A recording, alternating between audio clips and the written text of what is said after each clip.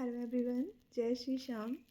नए वर्ष की आप सबको ढेर सारी बधाइयाँ। और आज मैं बहुत टाइम के बाद में वीडियो बना रही हूँ।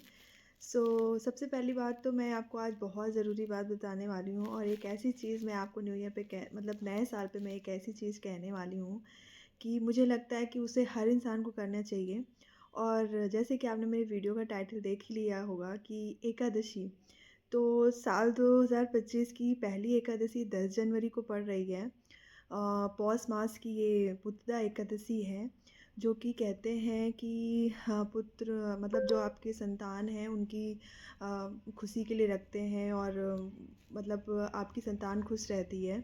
तो मैं आप सबसे कहना चाहूँगी कि अगर आप एकादशी नहीं रहते हैं तो आप 2025 में एकादशी रहना शुरू करें। और एकादशी क्यों रखना चाहिए, मैं आपको सबसे पहले एक चीज़ ये बता दूँगी कि जब सृष्टि का निर्माण हुआ था तो भगवान ने पाप भी बनाए, और 11वें दिन एकादशी की उत्पत्ति उन्होंने अपने शरीर से करी। तो जो लोग भी एकादशी का व्रत रखते हैं वो तो पाप से बच जाते हैं। बट जो एकादशी का व्रत नहीं करते तो जो पाप पुरुष थे तो उनको भगवान ने कहा कि तुम एकादशी के दिन अन्न के अंदर प्रवेश प्रवेश कर जाया करो। तो जो जो इंसान अन्न खाते हैं या एकादशी के दिन जो भी व्रत नहीं रखते हैं वो तो पाप के भागीदारी होते हैं। बट जो एकादशी का व्रत रखते हैं तो वो कहीं ना कहीं एकादशी का व्रत नहीं करते हैं। तो एकादशी 2025 से ज़रूर रखना शुरू करें। सबसे पहले तो एकादशी हर व्रत का सार है, मतलब कोई भी व्रत अगर आप नहीं कर पा रहे हैं तो एकादशी ज़रूर करें। साल में 26 एकादशी होती है, लेकिन 2025 में 24 एकादशी पड़ेगी, क्योंकि इस बार अधिक मास नहीं होने के कारण इस बार 24 एकादशी पड़ रही हैं।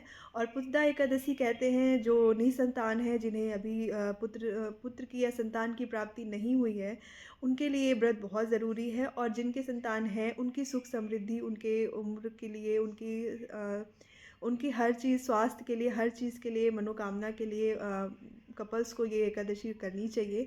और सबसे पहली चीज़ तो एकादशी करने से आपको विष्णु भगवान की कृपा प्राप्त होती है। अगर विष्णु भगवान खुश होते हैं तो लक्ष्मी माता ऑटोमेटिक खुश हो जाती हैं।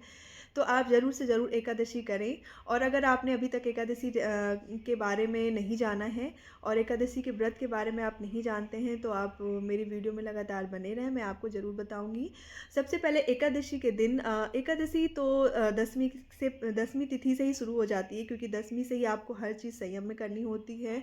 कुछ उसके नियम हैं, जैसे कि आप अगर नॉनवेज वगैरह खाते हैं तो आप ना खाएं, क्योंकि ऐसा नहीं है कि एकादशी रहना है तो आप 10वीं कुछ भी कर सकते हैं, क्योंकि 10वीं से ही चीज़ें एकादशी की व्रत को आप ना करें। और 10वीं तिथि से ही आप चीज़ों को फॉलो करें, व्रत के जो नियम हैं उनको फॉलो करें। एकादशी के दिन आप अगर ब्रह्म मुहूर्त में उठते हैं तो ब्रह्म मुहूर्त में उठें, अगर ब्रह्म मुहूर्त में नहीं उठ पा रहे हैं तो सूर्योदय में उठें, सूर्योदय काल में उठें। और फिर अपना स्नान वगैरह करके, अगर आप हस्बैंड वाइफ हैं तो हस्बैंड वाइफ दोनों एकादशी का व्रत करें। अगर आप संतान प्राप्ति की मनोकामना करना चाहते हैं तो व्रत का संकल्प करें, दोनों ही लोग व्रत का संकल्प करें। और इस दिन आप सारी चीज़ें, मतलब व्रत की चीज़ें, जो पूजा विधि है, वो व्रत की सामग्री है, वो आप पहले से ही इकट्ठा एकत्रित कर लें, जो भी आपको चीज़ें चाहिए होती हैं। ज़्यादा कुछ नहीं है, आपकी जो दैनिक पूजा होती है वही होती है, लेकिन इस दिन एकादशी के दिन अ, आपको विष्णु भगवान की पूजा करनी होती है, लक्ष्मी माता की पूजा करनी होती है, शालिग्राम भगवान अगर आपने रखे हैं तो शालिग्राम जी की भी पूजा होती है। एक चौकी पे आप पीला वस्त्र बिछाकर विष्णु भगवान को स्थापित करें, फिर हाथ में उनको फूल वगैरह और जितना भी जल से उनको छिड़क कर पहले उस स्थान को शुद्ध करें। उसके बाद पूजा शुरू करें। एक तांबे के लोटे में आप जल भर के और उसमें फूल और गंगा जल डालकर एक साइड में रखें। और जो भी आपका संकल्प है, जो भी आपकी मनोकामना है, वो आप एक हाथ, सीधे हाथ में जल लें और दक्षिणा लें, और अगर हो सके तो नारियल भी हाथ में रखें और उस संकल्प को करें। और उसके बाद जो भी आपकी इच्छा है, जो भी आपकी मनोकामना है, आप विष्णु भगवान से श्रद्धापूर्वक उनसे मांगें, उनसे विश करें। और उसके बाद जो भी आपके हाथ में दक्षिणा है वो आप अपने पंडित जी को दे सकते हैं, या आपने अपने इष्ट को किसी भी मंदिर में दान भी दे सकते हैं। जो भी आपके घर में पुजारी आते हैं, पुजारी जी, पंडित जी आते हैं, उनको दे सकते हैं। उसके बाद और अगर आपको एकादशी की कथा जाननी है तो आप एकादशी की कथा की किताब आती है, बुक आती है, उसमें आप एकादशी बुद्धा एकादशी की कथा पढ़ें। और फिर द्वादशी तिथि में ही पारण होता है, और द्वादशी तिथि में कोशिश ये करें कि किसी मंदिर में जाकर आप दान करें, दान करने के बाद ही पारण करें। अगर आप मंदिर नहीं जा पा रहे हैं तो आप घर में ही दान करें, और जब आपको टाइम मिले तो आप अपना दान मंदिर में जाकर देकर आएँ।